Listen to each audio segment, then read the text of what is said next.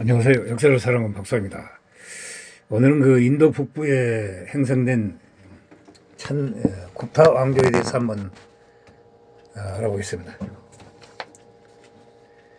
굽타 왕조는 3세기 중반 서아시아의 사산 왕조 페르시아가 아프가니스탄과 인더스강 유역으로 세력을 확대하였습니다. 이에 쿠션 제국의 영향력이 약해지자 북인도에는 또다시 숨은 서구 작은 나라들이 건국됐습니다. 굽타 가문은 마가다 지역의 작은 나라를 다스렸는데 4세기 초반 천다라 굽타 1세가 굽타 왕조를 열었습니다. 겐지스강 일대를 모두 차지하였다고 합니다. 그의 뒤를 이은 사무드라 굽타는 정복군주로 이름을 알렸습니다. 그가 연이어 승리를 거두자 북부 대부분이 굽타 제국의 영토가 되었습니다. 그러나 이는 각 서구 간의 균형을 깨뜨리게 됐는데 후일 에프탈 침해에 대해 펜자브 및 라자스탄 겐스강 계곡의 완충이 될 역할을 더 이상 할 수 없었습니다. 후기 굽타 왕조의 비극적인 결말을 가져오는 결과를 초래하게 된 것입니다. 사무드라 굽타는 여기에 만족하지 않고 데칸 고원 남부까지 나아갔습니다. 이곳의 여러 동맹 굽타의 제왕을 하였으나 그의 세력을 막기는 역부족했다고 합니다. 그 결과 굽타 왕조는 인도 대륙 대부분이 영향력을 행사하는 대적으로 성장하였습니다. 인도 전역을 사무드라 굽타의 세력이 완전히 스며들었다는 것은 전무 의문이 가긴 하나 비록 세력은 약화되었지만 쿠샨 왕조와 사무드라 굽타의 관계는 확실한 근거가 없습니다. 7세기 중년 인도를 여행한 왕현책의 기록을 보건대 실로니 왕은 그에게 사제를 보내 부다가의 불교 사원을 지을 수 있도록 굽타의 왕에게 간청했다고 합니다. 그러나 이런 요청이 조공을 바치는 것으로 취급될 수는 없습니다. 아마도 다른 이국 왕과의 관계도 이와 비슷한 처지였을 것이라고 봅니다. 여전히 굽타 왕조와 도서 지방과의 관계도 모호한 채로 남아있습니다. 인도에서 가까운 지방인 말디베와 안다만을 의미하는지 넓은 인도의 판도를 자랑하는 어디에서 남아시아에 의미하는지는 아직도 분명하지 않습니다. 사무드라 굽타는 약 40년 동안 인도를 지배하였습니다. 그의 지배 체제를 개혁하고 조직하는 데 충분한 시간을 가질 수 있었습니다.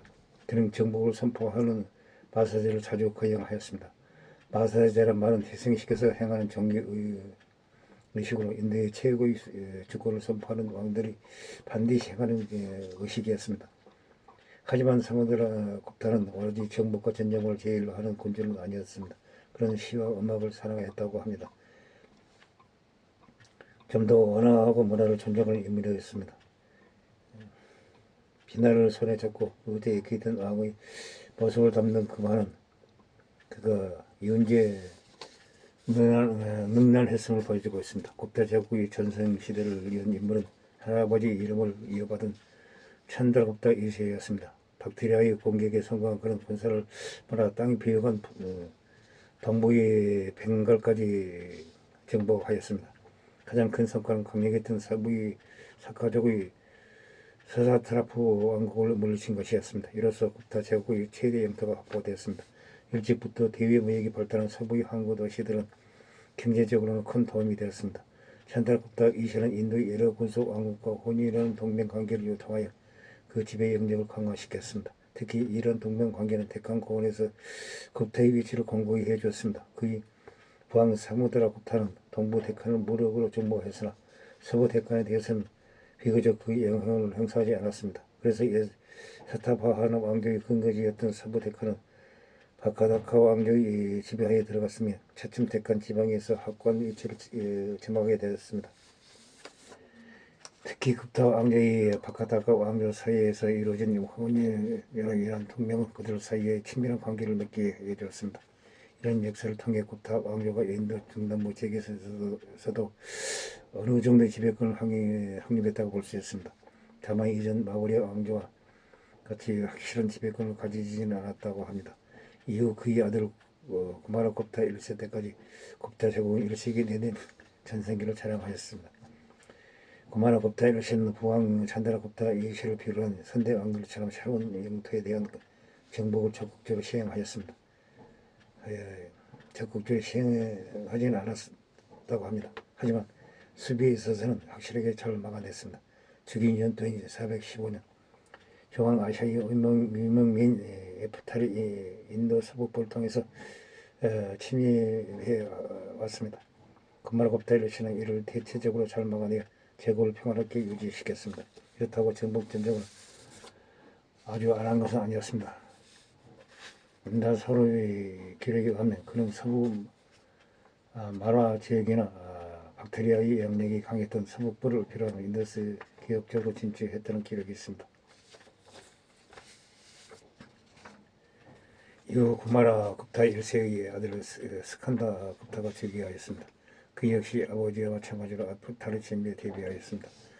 460년 스칸다 굽타가 대승을 거두게 되면서 약 50년간은 내부적으로 평화 상태를 유지하였습니다.